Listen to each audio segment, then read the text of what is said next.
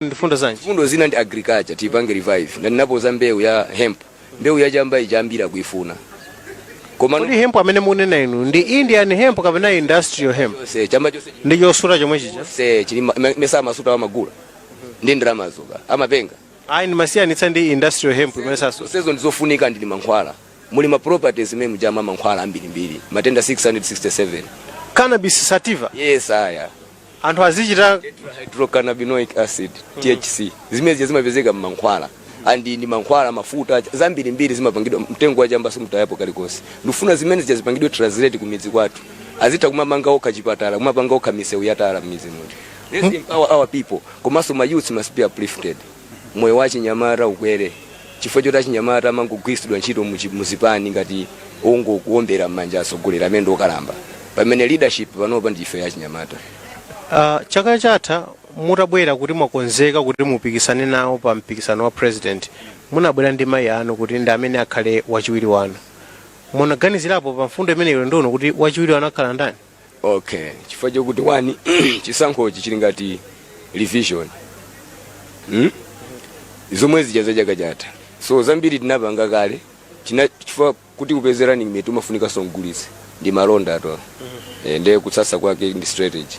Ngati strategy yako ndiyo poira umazango zindikira zako akugwesa gada. So ukakhala ndi strategy ya mphamvu umakoka ambiri anthu. Awanda akazi.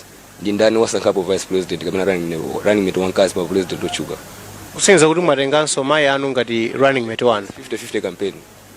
Iwo ndi nzimayi wachikuda. Nzimayi amene siwoyaluka.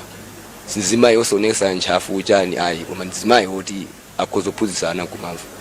Chikhalidwe kacha chifukwa chimene chifunika kumane kuno ndi kacha yasokonekera chikhalidwe chasokonekera ndiye tifunika kacha yathu ichi chimalawi kulemekeza akulu eti mwambo wathu tipitirize tisasiye kusunga mwambo wathu kulemekeza amene amatibala kapena kunali ena akunena kuti kuchita zimene mukuchitazi ndi kulimbikitsa kuti maudindo azikhala mu nyumba imodzi ngati apapa kuchita kutengana anthu ndinu pa chibale simukukhulupirira anthu amtundu wina kapena ochokera madera wena yayi. Okay, chimene chimachitika kuti munthu alamulire constitution yathu imene amati fundamental principles pali word ya trust. Yet chikhulupiriro. Munthu ngati wamutenga running mate amene sukumvesana naye chikhulupiriro chikangochoka amene musaza kukhulupiraso. That's why mkuona ma vice president ma president amasemana. Chifukwa aliyesa amachita peshu ambition ya khala pasogolo. That's why kumakhala chipwiti. Mwina ndingophutsirako mwina ka mphindi kamodzi nchichewa. Amalawa zanga monga mukudziwa kuti uchembere wa chisankho umene unachitika pa 21 May 2019 wa president unapita padera.